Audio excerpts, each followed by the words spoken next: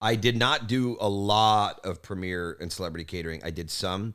What I did the most of, which I know you'll be like, well, that makes sense, is I faked my way into doing it to get into premieres. Sure. So I had a show, for those of you watching, Eric's aware, but it's called Con. It was on Comedy Central. It was a prank show, as you know.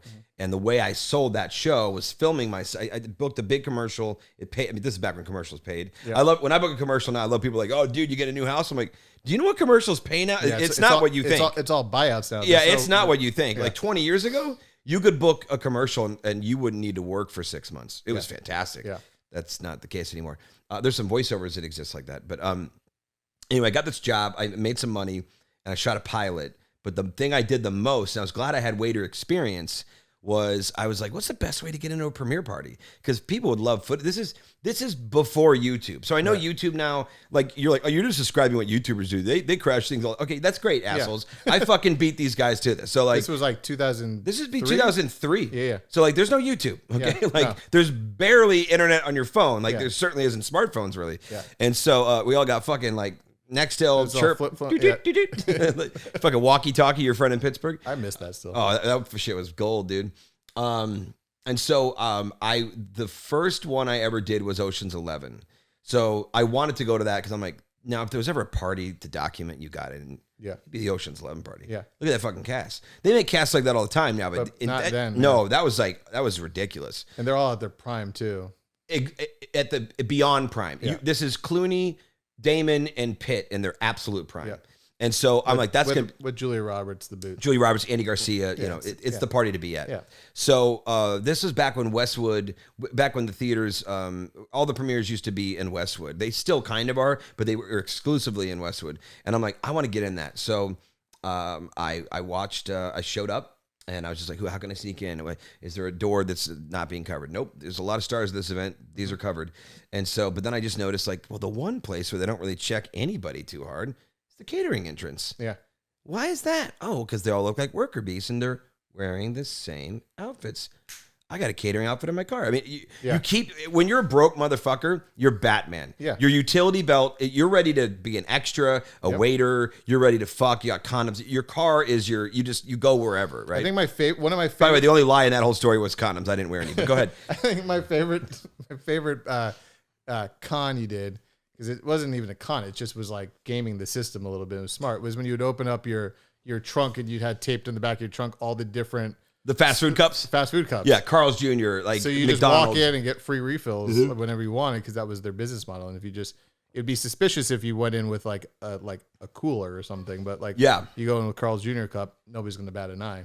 So it's the same thing, but with clothes. Same concept. Like they had, I remember very specifically, you don't forget the first movie premiere, you crash, oh, and guess who else was there? Jennifer Aniston. They were dating or married at the time. So I got put on black pants. It was black pants, black shoes, white button up, and a black tie. It was very easy. Had all that with me. It's when you get, sometimes people are like, this one's a bow tie. Fuck, I didn't bring my bow tie. That got complicated. Harry Potter premiere. So what I did was I put the outfit on, just kind of watched the situation. And then I ran in and I remember grabbing a stack of rags and I remember grabbing just a cup of water. That's all I could find. And as I was walking back in, someone just said, did Ted tell you to also help us?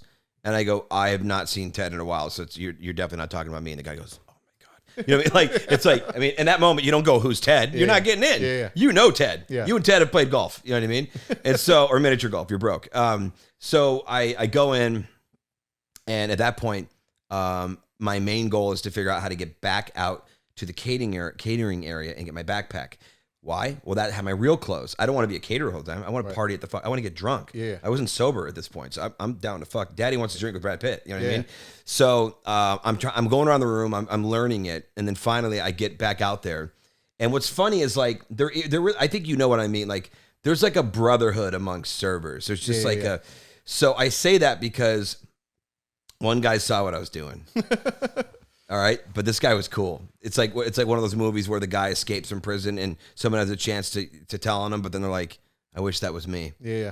You fly, brother. You know what I mean? Because I go back to the area. I grab my backpack, and in my head, I never had to say it, but in my head, if they asked me what I wanted from my backpack, I was going to say I was going to tell them that I have to go to the bathroom and get myself an insulin shot. Yeah. But I was worried about that one even because the caterers had bathrooms. So why am I going into the party with a backpack?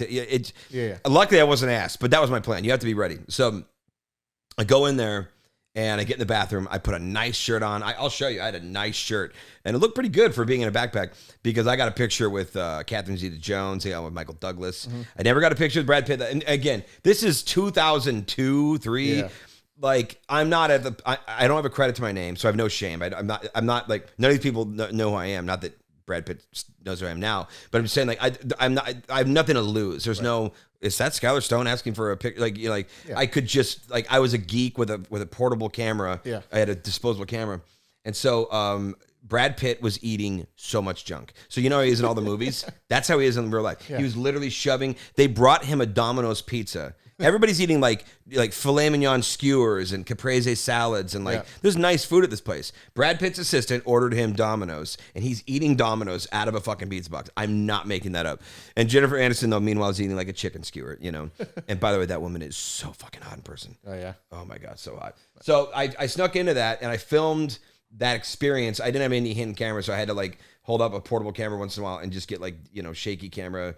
Paranormal Activity, Blair Witch shots, you know what I mean? Found footage. Like a little bit before, like set it up like, hey, I'm outside this thing, I'm about to go in this. And then like pull it out at some point dressed in it while you're back in catering. Exactly. And then pull it out when you're like, exactly. So I cut that together along with some other ones where we acted like we were the Girls Gone Wild crew on Sunset Strip and got girls to take their tops off and snuck a buddy into Subway dressed as Jared Fogle. This is way before we knew that he was a child toucher or whatever. But we snuck into a Subway and said, this is Jared Fogle. They gave us free sandwiches. Yeah. And they let him behind the place to make sandwiches, high five people, do autographs, to take pictures. I mean, they like pulled out the red carpet for this guy. Right. And so I filmed that and that became Con. But like, you know, I just love that like the service industry is still a part of my story, not just of my high school and college experience in Kalamazoo, but you know, when I came out here, I'm like, well, if I'm going to do this, I'm going to have some fun with it. Yeah. But again, real quick, before we move on, that guy that saw me, he saw me with the backpack. And when I came out, I was getting skewers and shit. He goes, I saw you earlier. You were working with us. And I go, he goes, you don't have to say no, you weren't. I'm not going to tell on you, dude. I wish I thought of it. He goes, have fun. So it just felt like that guy, like, be well out there, like Shawshank or some shit. You know what I mean? Like it's like the slow clap in the yard. Yeah. Yeah. He was fine with it. It was fun.